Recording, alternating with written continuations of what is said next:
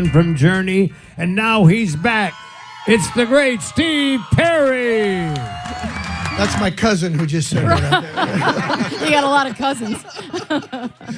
Well, you know, the band was really, really fortunate to be successful. And real successful. At some point, you know, I got a little bit toasty, a little burned out, and coupled with a serious touring schedule and, like I said, being crispy. And back in the day, we all had a little bit of what we might call extra party behaviors, maybe. Right. You know, and when you put the party behaviors together with a little bit burned out, I was toast. And it was an unpopular decision I came up with at the time, which was just to stop. And I told the band, and they were not happy about it. And I knew. Guess not.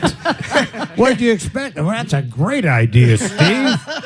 Let's just end it all. Yeah. But the biggest thing I was really concerned was the fans, because I knew that it was going to be a painful decision for me to walk away. But sometimes you have to take care of yourself, even if it hurts to do so. You know, you have to do that. Well, you look. Did you plan to be gone so long? Pardon me? Did you plan to be gone so long? I did not plan to be gone so long. But once I stopped, there was something great about it. It was just wonderful, stopping, the freedom, yeah. I went back to my hometown and hung out with friends and rode my motorcycle on these country roads near the outskirts of Fresno, where I was born and raised. And I got to tell you, there was something cathartic about just stopping. Yeah, I can imagine. But talking to Steve Perry, who's back, got a brand new album coming out, brand new single. I read an interview that you did, and you talked about you just wanted to be a person again. And you really did. Yeah. You just went right back. I think that's pretty accurate. I just wanted to step out of the limelight. And, you know, being successful in a band like that, it was like, I know this sounds a little bit self-serving, but it really was like, you know, circling the earth. You're kind of up there. You got to come down. You got to land. You got to touch down. Got to go back to your hometown and just be you, not the guy that was on the stage every night. But I must tell you, did I miss it? It was terrible. It was a detox in its own way, you know. You had to decompress it first. Well, yeah, because the adoration of the fans every night and the applause and being able to live the dream. Because I came from a small town, you know, and it was a dream to get in the music business to start with. But to be able to be successful like Journey was, I mean, it was a dream come true. So walking was tough. I don't think people understand what a successful band goes through. You basically don't have a life. You don't have any decisions to make because you've got handlers who run you from the car to the hotel, from the hotel through the groupies to the backstage. And well, easy. Well, run through the groupies. We're not going to go there, Scott. I would imagine people here. They're Scott. available for whatever. And but you basically, when you go off the road, then you don't know what to do.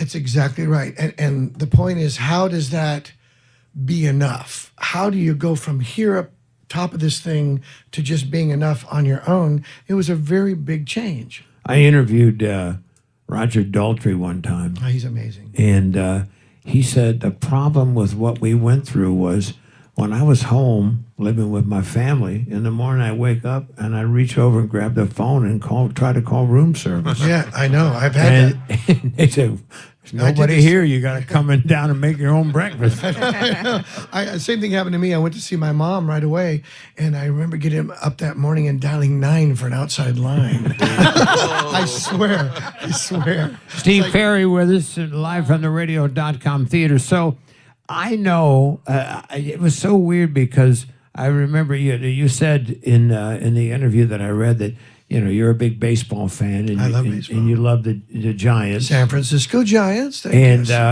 don't get mad. It was so weird though because you stayed. It's so difficult for a star of your magnitude to do what you did and stay out because there's all these temptations. You get offers, ridiculous money, go back with the band, start your own band, and you just went to the baseball game. And the only time I saw you in quite a while was when you were leading the fans in the World Series game. Yeah. So would you put it, we'll put you on the Jumbotron, would you lead everybody with Don't Stop Believing? So I said, well, sure. So I said, only if you play it loud. So they played it loud, and I went down there and started climbing over the seats. And that was a great scene. I don't know if anybody here saw that, but it was just a fan of a baseball team, exuberant and happy, and leading all these other fans. It was great. I love the team. The other thing I thought was kind of cool was when you guys get inducted into the Rock and Roll Hall of Fame, a lot of people, by the way, congratulations.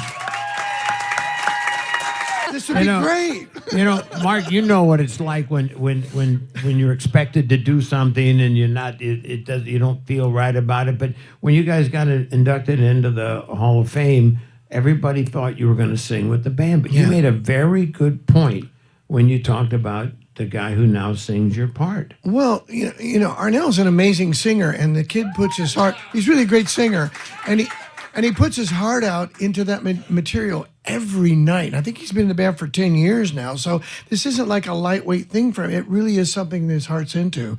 He's the singer in the band. I have no business going into that. Aww. You know, really. I mean, it's wonderful that he's singing that material, those melodies, but I just feel that, look, I'm a singer, he's a singer, I'm kind of on his side a little bit. Yeah, but look, I'll allow you that, but when all is said and done, I think everybody will say the same thing. You, the voice. Oh, wow. The voice. No, it's one. I will. When you hear it, it's like that's why. It's I will tell you. I'll tell you a funny story. I was interviewing Arnel Pineda. I would say maybe 5-6 years ago, and he's on the line, and I said, "Have you ever met Steve Perry?" And you know how young he is. You've talked to him before. Yeah. He's so exuberant. He says, "No, I've never met Steve Perry, but oh my God, he's my hero if I ever meet him." And I said, "Well, I happen to know him." I just said that, and forgot that part. You And- lied about that? and I said, well, I should have said, well, I met him once. And he said, oh my God, you know him? I said, yes. He said, oh, could you introduce me to him? I go like, crap. Well, I have a story for you. Backstage in the Hall of Fame, we had this wonderful road manager named Harry, and Harry comes inside and says, listen, Arnell's outside running up down the halls. He heard you're back here. I said, yeah. He said, I think he's outside your door. I said, yeah. He said, what should I do? I said, well, I'll come out and say hi. So I walked out, and there he was, and there's a lot of pictures on the internet of us hugging each other and meeting for the first time at the backstage of Hall That of was Fame. great. Yeah. He's the sweetest I'm kid. surprised. Sweetest kid. I tell you what, he's such a nice kid. I'm surprised he didn't cry when he met you. That's no, I'm serious. He is that emotional about. Okay, should I tell you what I told him? Yes, please. Yeah, sure. Should I? Yes. After we had talked and laughed and had a few hugs and everything, I said, Arnell, listen, I need to ask you something. Are they being good to you? Because if they're not, you give me a call. I told him that. Has he ever called you? No, not yet. So I guess they're being good to him. Or he's scared? The kid does a great job, and you were very kind to take him under your wing and defend him. And that's I was blown away by the classy way you handled that at the Hall of Fame. I just wanted to mention that. to Oh, you. thank you. Now let's get down to business. Let's get back to you, Scott. You're- This is your 1,000 shows, really, and like 1 million shows in the world. It's really not a thing. Yeah. I mean, come on. Really not. To quote Howard Just ask Stern. Howard. Right. Just ask Howard. It's not a thing.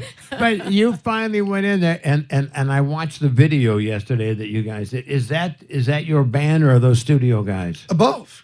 Oh, they're both. They're the studio guys. Some and of them they're cut their record, and some of them are playing live a little bit now and then. We're sort of messing with that. You know? So are you? There's no plans to tour yet. Right now, we're doing the 1,000 shows with Scott Shannon. This That's is the the tour. current gig, huh? That's all I know right now.